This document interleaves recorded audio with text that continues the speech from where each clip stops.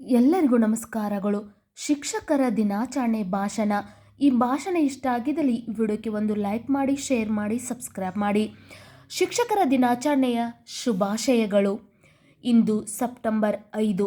ಇಂದು ಶಿಕ್ಷಕರ ದಿನವನ್ನು ಆಚರಿಸುತ್ತೇವೆ. ಇಂದು ಡಾಕ್ಟರ್ ಸರ್ವಪಲ್ಲಿ ರಾಧಾಕೃಷ್ಣರವರ ಜನ್ಮದಿನವಾಗಿದೆ. ಅವರ ಜನ್ಮದಿನವನ್ನು ಶಿಕ್ಷಕರ ದಿನಾಚರಣೆಯಾಗಿ ಆಚರಣೆ ಮಾಡಿ ಎಂದು ಹೇಳಿದ್ದಾರೆ. ಅವರ ಜನ್ಮದಿನವನ್ನು ಶಿಕ್ಷಕರ ದಿನಾಚರಣೆಯಾಗಿ ಆಚರಣೆ ಮಾಡಿ ಎಂದು ಹೇಳಿದ್ದಾರೆ.